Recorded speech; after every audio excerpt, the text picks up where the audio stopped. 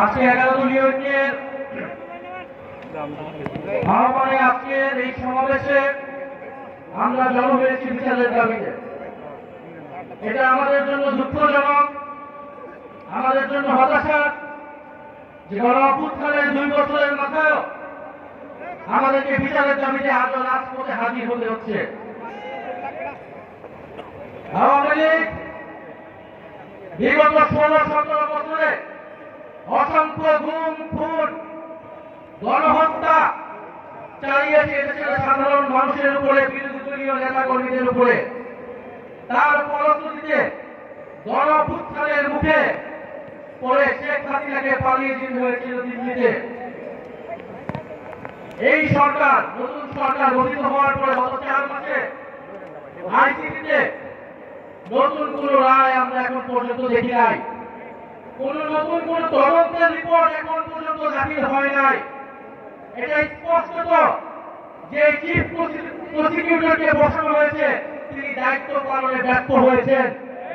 অবিলম্বে তাকে পদত্যাগ করতে হবে এবং নতুন যোগ্য দায়িত্ববান ব্যক্তিকে বসাতে হবে, যিনি আন্তর্জাতিক ট্রাইব্যুনালের মাধ্যমে বিচার নিষ্পন্ন করবে এবং দল হিসেবে আওয়ামী লীগকে নিষিদ্ধ করার সকল ব্যবস্থা নিশ্চিত করবে।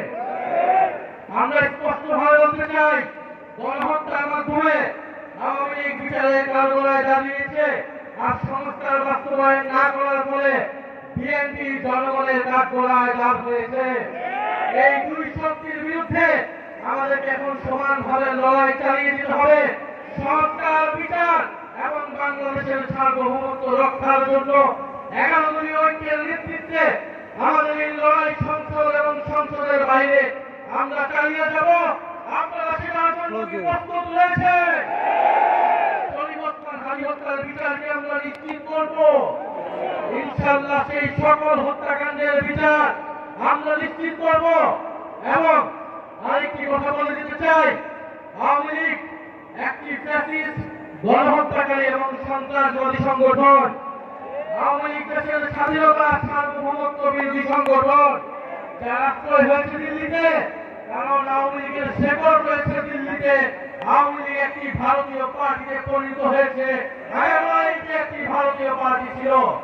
আওয়ামী লীগের দেশে আসার, আওয়ামী লীগের রাজনীতি করার সুযোগ বাংলাদেশের 5ই আগস্টে সমাপ্ত হয়েছে।